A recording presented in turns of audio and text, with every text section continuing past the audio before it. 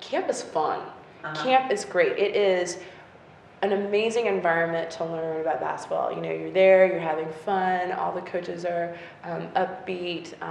The sessions are, they're really good, they're intense, you know, in the sense that we feel like we being coaches, we were coaches, you know, during camp, the players are really sharing a lot. So I don't know if anyone's ever thinking about sending their kid to Tara's camp. I mean, she teaches the fundamentals and you have fun. Uh-huh. So it's good. And they have great counselors. They have great counselors. They have really great counselors. All right, so tell us your nickname and how you got it. My nickname is Dimmy. I actually have two nicknames. Okay. Everyone calls me Dimmy now, short for Dimson. Uh-huh. But I also have another nickname, which is Dimbo.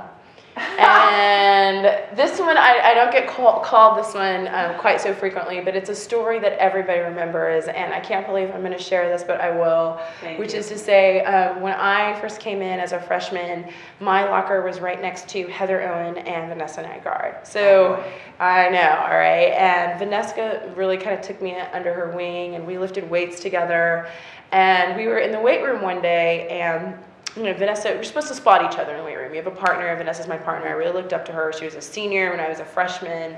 And I can't say that coming out of Norman High School, Oklahoma, I was really strong. And so we were in the weight room and I was lifting two weights. I don't even remember how, you know, heavy they were. They weren't that heavy. And all of a sudden, my arm just starts to give, and the dumbbell just comes and completely hits me in the head.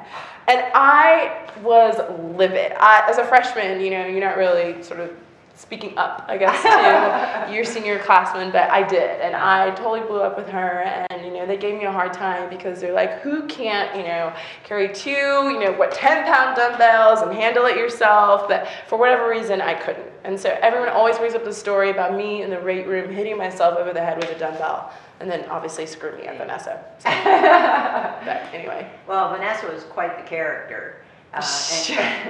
Can you relate a story besides that one about what she would do, like kind of that wasn't occurring on the basketball court? Oh my gosh. Well, first of all, I have to say, I actually hang out quite a bit with Vanessa Nygaard in Southern California. Okay. I do have to be careful. We talk quite frequently.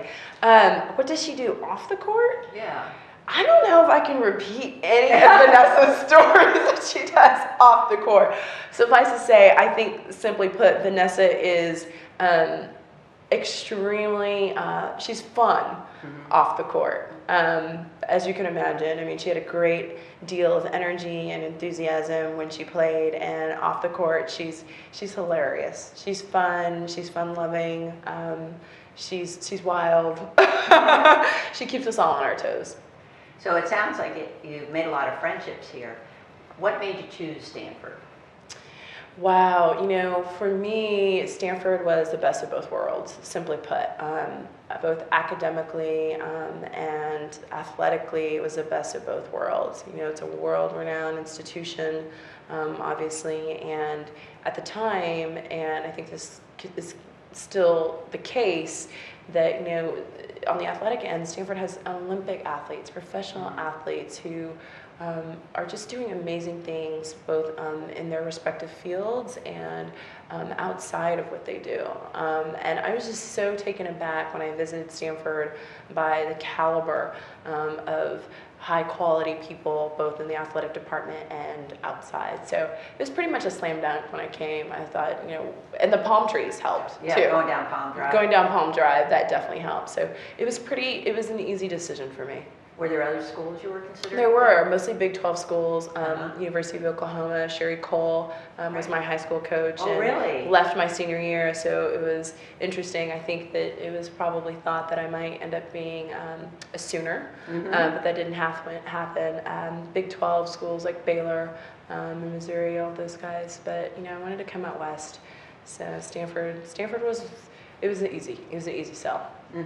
So tell us a little bit about your high school career, because a lot of us don't know that. I mean, we read it in the press guide, but you know, and don't be bashful. Okay, I won't be bashful. I was good. No, high school was high school was amazing. I have to say, I have the utmost respect for Sherry Cole. She did an amazing job at Norman High School. Won 2 state championships at Norman High. Had a lot of players come out of Norman and went on to play Division I basketball. Stacey Hansmeyer ended up going to the University of Connecticut. And I ended up at Stanford, and a number of different people went to some pretty top-notch schools in terms of athletics.